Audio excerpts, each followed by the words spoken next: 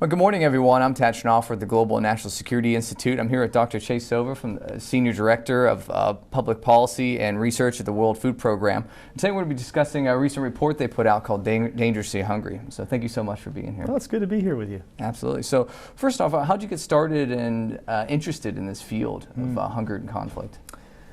Yeah, I started out at the United Nations Food and Agriculture Organization, actually a sister organization to the World Food Program.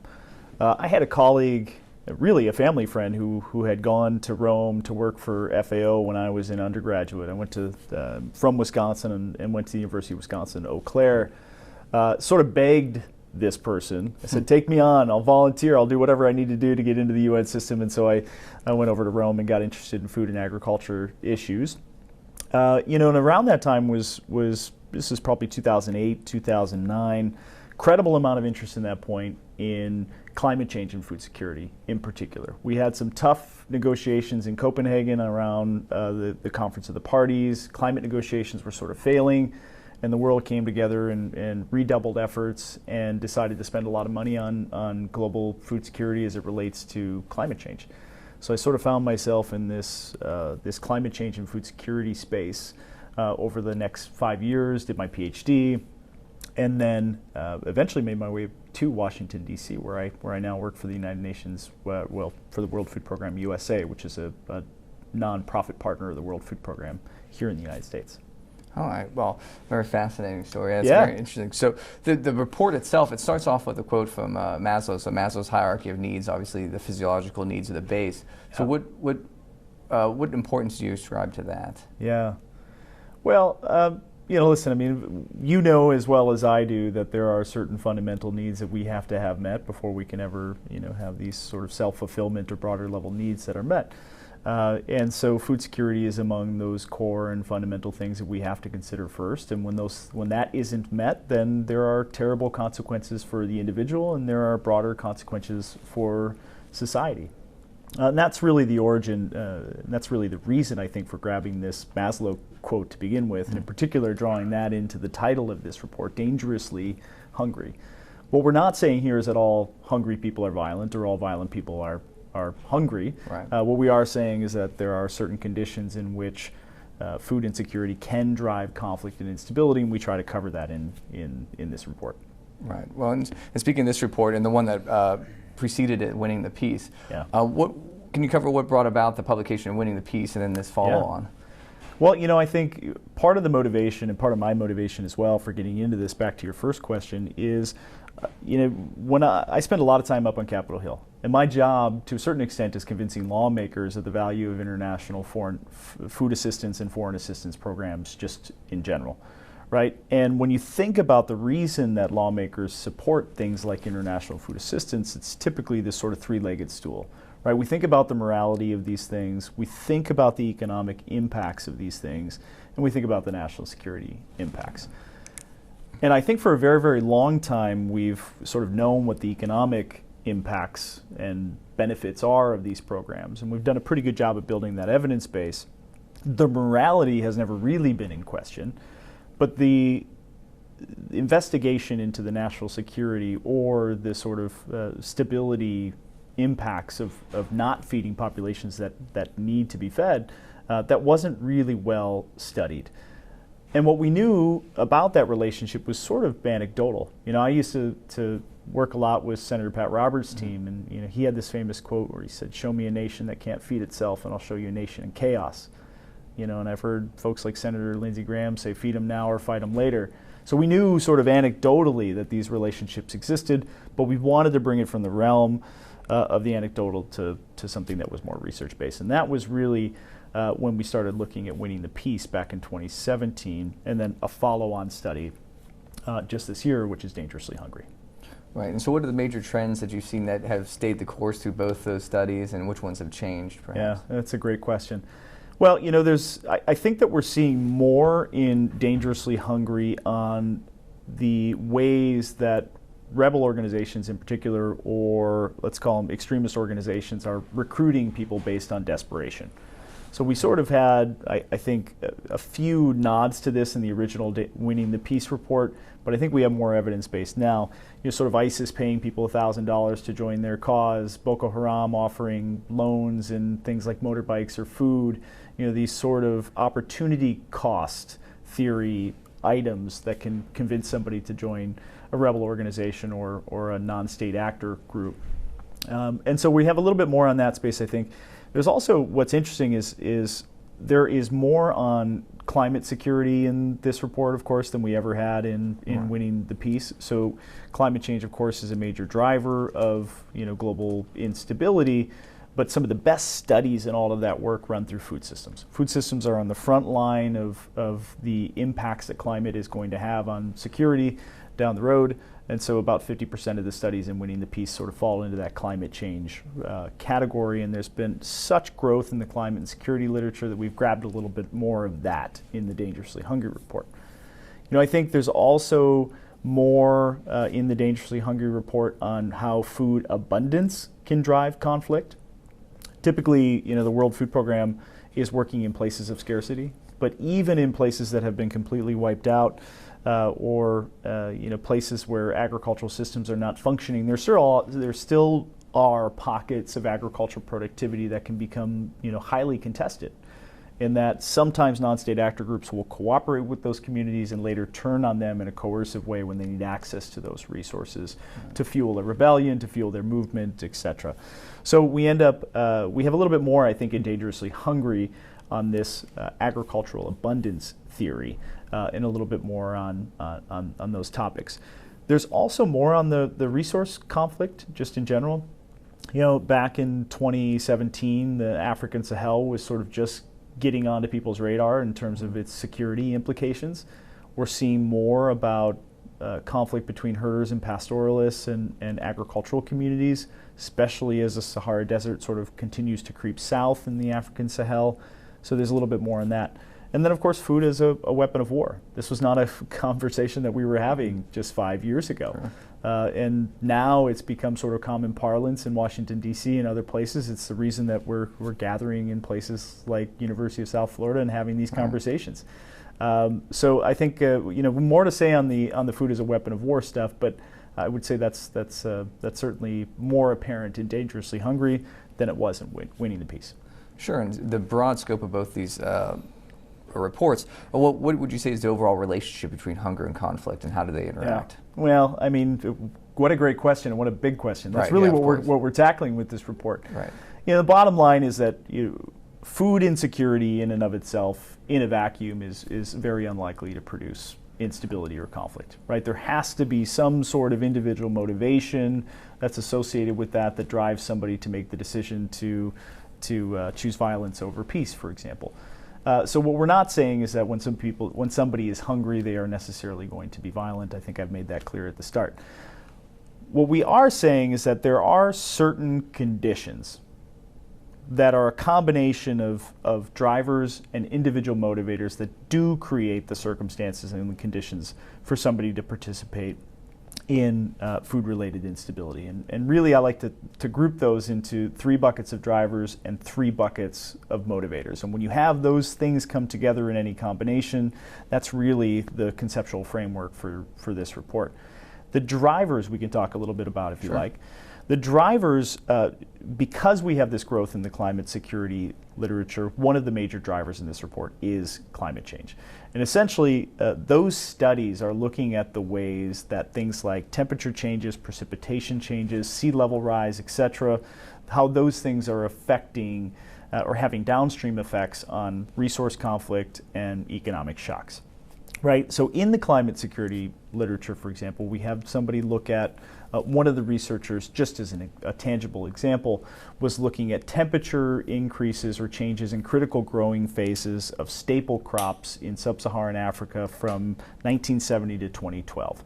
And what they found in that period is a pretty considerable increase in the likelihood of civil conflict when you had major temperature spikes in certain growing phases. Now, when you extend that data out for the next 30 years and you look at the likely temperature impacts on agricultural systems, they expect civil conflict to increase by around 30% over that time period. The same is true for precipitation. We had somebody looking at precipitation in sub-Saharan Africa and found that major changes in precipitation in critical growing phases of crops also led to an increase in the likelihood of civil war by 2 to 3%. Now that's not a particularly large percentage, but it is when you consider how impactful a civil war or how improbable that sort of event is. So the climate change literature falls into one of the first buckets of drivers of food-related instability that we cover in Dangerously Hungry. The second is resource competition. Right here we're talking again about competition over permanent resources like land and water that are needed for agricultural production. And most obvious example again is the African Sahel, where we have this sort of conflict between herders and pastoralists. So this is an area I think that continues. It's one of the most obvious ways that food-related instability can occur, right? When you lose access to these fundamental building blocks of agriculture, or there's competition over those things. The final bucket that we talk a lot about in Winning the Peace of drivers is economic shocks. Now, economic shocks are probably what you see most in the news, right? When you think of the 2007-2008 global food price crisis, in that time period, we saw the prices of staple crops rise really dramatically over a short period of time, and it led to conflict in about 40 different countries. We think it toppled at least one government, maybe two, and so that was really captured, I think, quite clearly in the original Winning the Peace report. But we have more and new information about food price riots in particular in the Dangerously Hungry report. So that's sort of the third major bucket there, which is economic shock. So when you think about the drivers in that way, it then leads you obviously to a conversation about the individual motivators. Right. Right. Right, and in the report you talk about 3 different motivators in particular. So you're talking about desperation, grievance, and governance. Yep. I wondered if you could explore those a little bit more. Yeah. So, like the drivers, these are just sort of conceptual framework that offers the reader a way to enter this topic a little more easily than sifting through these 8,000 peer-reviewed articles that we sifted through to produce our Dangerously Hungry report. So take it with a grain of salt. These buckets are just that, a conceptual framework to help you get your head around this. Desperation is, I think, probably the largest single individual motivator that we find for people participating in food-related instability, right? Again, we refer to this as the opportunity cost thesis. Once the value or benefit of engaging in violence or participating in violence from a non-state actor group exceeds what you would get from your normal economic activity, and you're in a position where you cannot feed yourself and your family, you make decisions that you wouldn't otherwise make. Desperation can be exploited by extremist organizations quite easily, especially in places where food insecurity is already at quite low levels, and when people experience a shock event that affects their livelihood or their ability to produce food, they're really inclined to take people up on their offers of economic offers in particular. So desperation is something I think that sometimes in the literature this is referred to as greed. Frankly, I don't think it's greed when you're trying to feed yourself or your family. I think there's more, I think that's the wrong word, frankly. Grievance is the second bucket, though. Grievance is a little bit more complicated because it sort of cuts in both directions. I like to think of grievance as, the single largest predictor of conflict in a country is a history of it, frankly, right? That's just the nature of conflict. It's the nature of human nature. Food insecurity can be a straw that breaks a camel's back in these sort of contexts and can cause societies to cleave on pre-established lines. So when you think of food security as a grievance, you're often thinking of it simply as a threat multiplier. It's the last thing. It's one more thing on a list of longer grievances. But grievances also has this sort of coalescing power as well, in the sense that when we have events like food price rises, for example, or food price increases, sometimes that affects crops or foods that have really important cultural significance in a country, Right, so that might mean, think of bread in the Middle East, or tortilla in Mexico, or pasta riots in Italy. These things have a way of coalescing communities as opposed to dividing them. And when you have food price rises that affect these foods of cultural significance, it cuts class hierarchy, it cuts ethnic divisions, it cuts through all the other ways that you might dissect or divide a society up, and causes all of those people to take to the streets simultaneously. So grievance itself sort of cuts in both directions for that reason. It can divide and it can coalesce. The last is governance. We all know that when there is a food shock in a country, it's acute shock from natural disaster or man-made conflict, the way that a government responds is really important to how people perceive and trust government. And so many people turn to violence when they lose faith in government, or they feel the government has responded in a way that wasn't appropriate. And so the governance motivator, I think, is particularly strong. It's also something that is exploited by extremist organizations in particular. Very often, extremist organizations will come in and say, well, listen, we can provide a sense of justice, we can provide a sense or a social safety net in a way that the government can't, and we can do it better. And so when a government fails to provide for its people in the event of a food shock, it really creates an opening. It opens up a door for someone to come in and say, well, we can do this better. And so the governance piece is, I think, the last individual motivator that we talk about in the Dangerously Hungry report. So in relation to food-related instability, do we see a cycle in many places where you have kind of conflict creates a famine or creates food insecurity, and then even though peace might come about, the continuing food insecurity leads to food instability, food-related instability? I mean, I think it is a terrible feedback loop, the way that conflict interacts with food insecurity. Hunger drives conflict, conflict drives hunger, and you find yourself in these settings where societies can't quite get a foothold, right? Because even as you come out of peace, if you're not meeting fundamental human needs, those sort of grievances continue to grow over time. This is the reason it's the base of Maslow's pyramid. If we can't figure that out, we certainly can't figure out how to govern ourselves or live in peace with one another and sort of higher levels of human function. So what role do you see in kind of breaking that cycle of maybe NGOs or other nations in these areas? Yeah. Well, I think that there's obvious things that we can do on the funding side. I mean, I work on Capitol Hill trying to convince lawmakers to spend more on these topics, and I don't think we do, frankly. We are an order of magnitude at least off in how much we are applying to this problem, in my opinion. We're also facing incredible fiscal challenges coming up in the next coming year. The appropriations process is getting very tight. We can't even decide on fundamental things like debt limit. So how are we going to make good, sound, forward-looking funding decisions as it relates to international food assistance? And certainly we're not thinking about the ways that failing to do that might impact our own national security here at home. So I think there are things in the funding side that are quite obvious. But frankly, I think we need to be doing more on the sort of food as a weapon of war legal doctrine. I'm not a lawyer, so I don't want to go too deeply into this, but I will say this. There have been things and steps that we have taken, of course, to try to codify the right to food or the denial of food in international humanitarian law and international human rights law.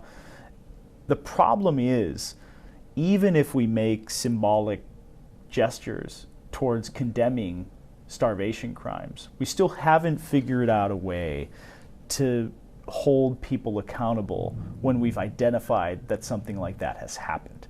There really is no way right now to litigate that. The United Nations Security Council has passed Resolution 2417. I know you've written about this. 2417 condemns the use of food as a weapon of war in major conflicts. It creates a reporting mechanism for nations, NGOs, observers who see this happening in real time. But who is ultimately responsible when humanitarian access is cut off in a certain place and it's denied, and which is a very clear violation of international humanitarian law, what individual is held accountable, and how do you do it? Do you go to the International Criminal Court? Do you use domestic courts to do that? At what point are they liable? I mean, it just becomes very, very complicated because these obfuscation and no one since Hitler has said I'm intentionally trying to starve people. Right. Yeah. So it's a really challenging thing to litigate, frankly. So I think we need to be doing more on that front. I don't know what that is. I'm not a legal scholar, sure, but I do think that we are going to have to provide test cases that sort of stress test the way that we think about international humanitarian law and starvation crimes in particular, and we're going to have to start throwing things at walls and see what sort of sticks in that front. That has to happen. And then on top of that, it's about trying to make investments in resilience so that we don't have to continue to pile money behind international food assistance programs year after year. Building resilience, we've seen a lot of work, for example, in the African Sahel in Niger, where WFP has been working. They've got some really incredible outcomes from resilience building programs there. They're trying to do some land rehabilitation. And what they found is that about 80% of the families who participated in those programs do not need assistance when others do in the area. And this speaks to the sort of fundamentals we talked about: resource competition, grievance-based conflict, the violence between herders and sedentary agricultural communities. All of this stuff is being tested in this stew in Niger right now with really good outcomes. And the whole point of that is, when you have climatic change, when you have stress and resource competition, when you are rehabilitating landscapes and allowing people to grow food for themselves in sustainable ways, you don't need to come in with this assistance. And when you do that, there's greater social cohesion, there's greater trust in local government. There's all these sort of really nice outcomes associated with that. So we need to be doing more, I think, on the longer term resilience side as well with communities around the world. Excellent. No, very fascinating. And to wrap up, what do you see the major findings of Dangerously Hungry that we should take away as citizens, but also maybe for decision makers in Washington or around the world? What should they take away from this report? Yeah, I guess first and foremost is that we have now, through Winning the Peace and Dangerously Hungry, looked at about 115 academic studies that explicitly test the link between food insecurity and global instability. That relationship is sort of unequivocal at this point. Mm-hmm. It's growing every single year. We have more and more people looking at this. We're getting a more nuanced understanding of this relationship, but we know fundamentally that it exists. There is a straight line between these two things. Sure. Now, how it plays out in individual contexts can vary, of course. So first and foremost, this is a relationship that exists, and it's empirically vetted and very clear in the academic literature. The other thing is that the drivers that were tested by these researchers are quite robust. They're looking at 8 separate drivers of, 12 separate drivers of food related instability. Things like food prices, things like the access to agricultural resources and land and water, precipitation changes, etc., and linking them to at least 8 separate types of instability, ranging from peaceful protest all the way up to civil war. So the relationship is quite diverse as well. It's academically robust, and it's been tested with a lot of different variables. So fundamentally, what I can say is one of the best things that we can do to improve global stability is to feed someone that cannot feed themselves or their family. That's the simplest, most concise messaging I have. Oh, excellent. Any closing comments for the audience? It's great to be here with you. Thank you so much. Appreciate it.